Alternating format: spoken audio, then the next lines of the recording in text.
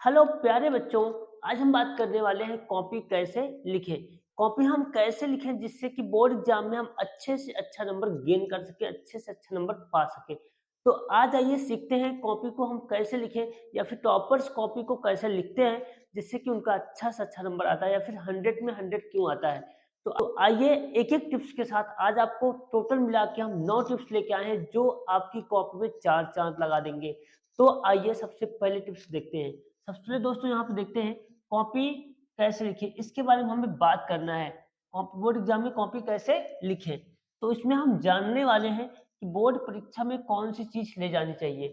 हमारा पहला टॉपिक ये है कि बोर्ड परीक्षा में कौन सी चीजें ले जानी चाहिए। हम आज आपको ये भी बताने वाले हैं कि बोर्ड परीक्षा में कौन कौन सी चीजें ले जानी है और कौन कौन सी चीजें नहीं ले जानी है। दूसरी चीजें क्या लेके जाना है, क्या लेके नहीं जाना है।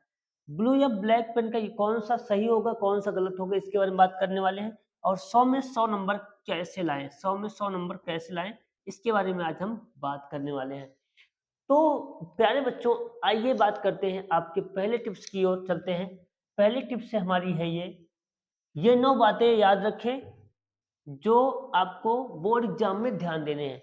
सबसे पहला टॉपिक है साफ साफ लिखें। सबसे पहला कॉन्सेप्ट यही है आप लोगों का कि साफ साफ लिखें, क्योंकि बहुत सारे बच्चे क्या करते हैं, साफ साफ नहीं लिखते। जैसे कि एक कॉपी बोर्ड एग्जाम की कॉपी यहाँ पे है और इसमें बहुत सारे देखो यहाँ पे गलत सही लिखा गया है, और इसमें देखिए कुछ गलत लिख गया है। जैसे लिखा गया है आई लव माई पूजा, ये कुछ इस तरीके से लिखा गया है। क्या ये सही है? तो मैं आपको सिखाने वाला हूं कि आप कॉपी में कैसे लिखेंगे जिससे कि आप अच्छे से अच्छा नंबर गेन कर सके। तो आइए सबसे पहले देख लेते हैं यहाँ पे। तो ये कॉपी आ गई हमारी जो आपको लिखना है। तो आपकी कॉपी कुछ ऐसे ही रहेगी, बस व्हाइट रहेगी, इतना ध्यान रखना है।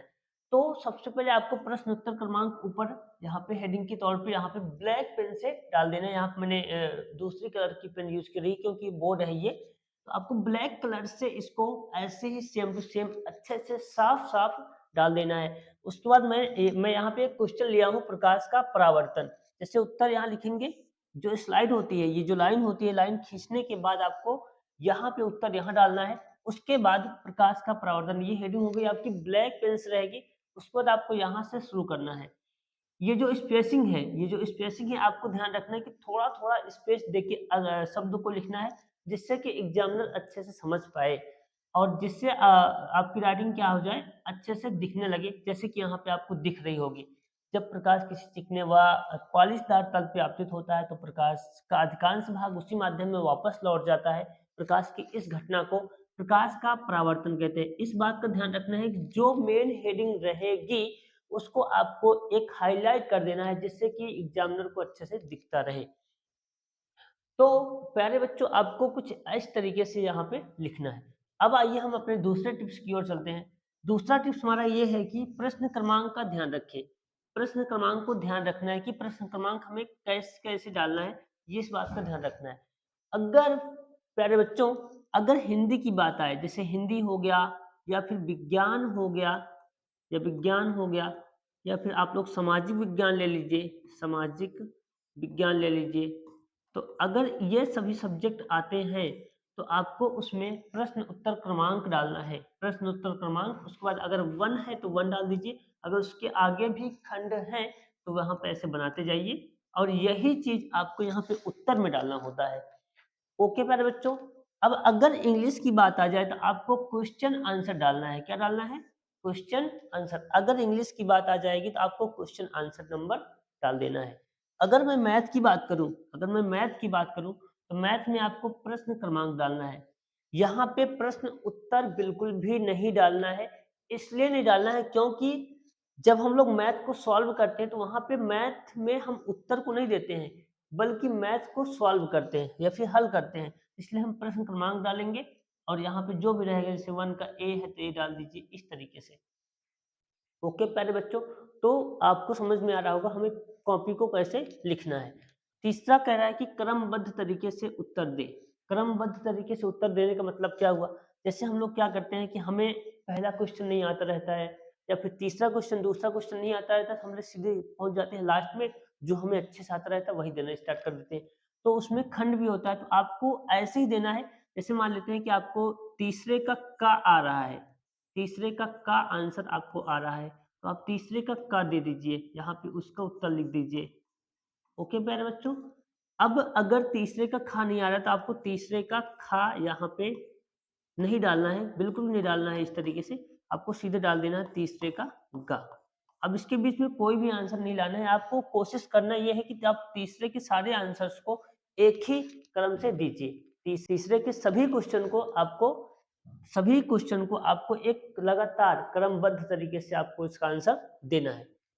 तो उम्मीद करते हैं कि यहाँ पे आपको समझ में आ रहा होगा कि हमें कैसे लिखना है। अब आइए आगे चलते हैं। कह रहा है कि अच्छे पेन का प्रयोग करें। अच्छे पेन का प्रयोग करने का मतलब क्या हुआ?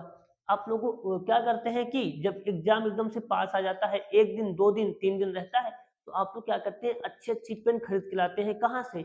मार्केट से या फिर दुकान से। और वो पेन नई जो नई पेन होती है, ये जो नई पेन होती है, ये सही से कॉपी पे चलती नहीं है।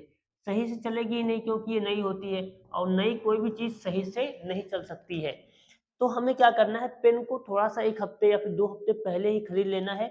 कम से कम 3 ब्लू पेन और 3 ब्लैक पेन और 1 स्केल, और ओएमआर भरने के लिए आपको एक मोटी पेन चाहिए ब्लैक, वो भी बाल पेन चाहिए। कौन-सी? बाल पेन। बाल पेन का मतलब क्या होता है? बाल पेन का मतलब होता है जो जेल वाली होती है, जेल वाली होती है, ये पेन नहीं चाहिए। जो पानी वाली पेन होती है उसको नहीं चाहिए। हमें जो 3 वाली ब्लू पेन आती है वही लेना है, या फिर 5 वाली जो बाल पेन आती है वही लेना है। ठीक है? इस बात का ध्यान रखना है। उसके बाद सबसे इम्पोर्टेंट चीज़, आपको पेन 2 हफ्ते या फिर 1 हफ्ते पहले खरीद के, कम से कम पेन, मान लो ये आपकी ये पेन हो गई। तो पेन को आपको, ये पेन हो गई आपकी, ठीक है? ये पेन हो गई। तो आपको कम से कम पेन को इतना खत्म कर देना है, इतना तो खत्म होना चाहिए जिससे कि पेन आपकी अच्छे से चलती रहे, और जिससे कि आपकी जो लिखावट है, जो राइटिंग है, में 4 चाँद लग सके। इस बात का ध्यान रखना है। अब आइए आगे चलते हैं। कह रहा है कि हर प्रश्न का उत्तर देने के बाद एक लाइन खींच देना। हर प्रश्न का उत्तर देने के बाद एक लाइन खींच देने का मतलब क्या होता है? तो आइए अगली स्लाइड में आपको समझाते हैं। जैसे यहाँ पे ये इसका उत्तर दिया गया है। प्रश्न उत्तर क्रमांक आपने डाल दिया यहाँ पे, प्रश्न उत्तर क्रमांक 1 डाल दिया, यहाँ पे 1 का ए। इस उसके बाद आपको एक लाइन का गैप दे देना है। ये लाइन का क्या हो गया? गैप हो गया। अब उसके बाद उत्तर यहाँ पे डालना है। अब यहाँ पे हेडिंग बनाना है, उसके बाद इसका आंसर आपको इस लाइन में देते जाना है। अब आपका जो आंसर है, जैसे यहाँ पे समाप्त हो गया, अब यहाँ पे समाप्त हो गया, तो आपको जो ये लाइन खींची गई है, इस लाइन को ऐसे ही ड्रा कर देना है। अब इससे क्या होगा, एग्जामिनर अच्छे से पहचान पाएगा कि जो आपका ये प्रश्न उत्तर क्रमांक 1 का ए है, यहाँ पे समाप्त हो गया है, और वहाँ उसके बाद दूसरा स्टार्ट हो गया है 1 का बी। इस तरीके से आपको जो उत्तर रहेगा साफ-साफ एकदम अच्छे से दिखता रहेगा, और एग्जामिनर देखेगा और ऐसे सही करेगा, आपको 2 नंबर 4 नंबर जो भी देना रहेगा उसको देगा, और आगे बढ़ चलेगा। इस तरीके से आपकी जो कॉपी होगी बहुत ही अच्छी दिखेगी, और देखने में भी अच्छी लगेगी, और एग्जामिनर को चेक करने में भी बहुत अच्छी ही लगेगी। अब आपको इसके बाद यहाँ पे एक लाइन का फिर से स्पेस दे देना है, जिससे कि एग्जामिनर मतलब कि जो प्रश्न उत्तर क्रमांक रहेगा आपका, ये साफ-साफ दिखता रहे। तो इस बात का सबसे ज़्यादा ख्याल देना है आपको। ठीक है प्यारे बच्चों? अब आइए आगे चलते हैं। कह रहा है कि जिस प्रश्न का उत्तर दूसरे पेज में चला जाए तो पीटीओ ज़रूर लिखें। पीटीओ का मतलब क्या होता है? इसको समझ लीजिए। पीटीओ का मतलब होता है please turn over, please turn over. इसका मतलब ये होता है कि जैसे आप लोग लिखते रहते हैं किसी भी क्वेश्चन का आंसर, तो आधा एक पेज में होता है, आधा दूसरे पेज में होता है, आधा एक पेज में होता है, आधा दूसरे पेज में होता है।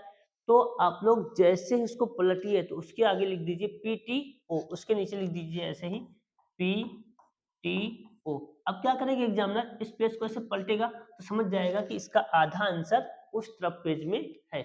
इस बात का ख्याल रखना है। अब आगे कह रहा है कि सभी प्रश्न को लाइन में लिखें। आप लोग को सभी प्रश्न को लाइन बाय लाइन लिखना है, ना कि बीच में लिख, जैसे हमने यहाँ पे बीच में लिख दिया है, ये गलत तरीका है एक तरीके से, और ये इससे राइटिंग आपकी सुधरेगी नहीं, इससे राइटिंग आपकी बिगड़ जाएगी। आपको लाइन बाय लाइन ऐसे लिखते जाना है, जो लाइन खींची गई उस लाइन में लिखते जाना है।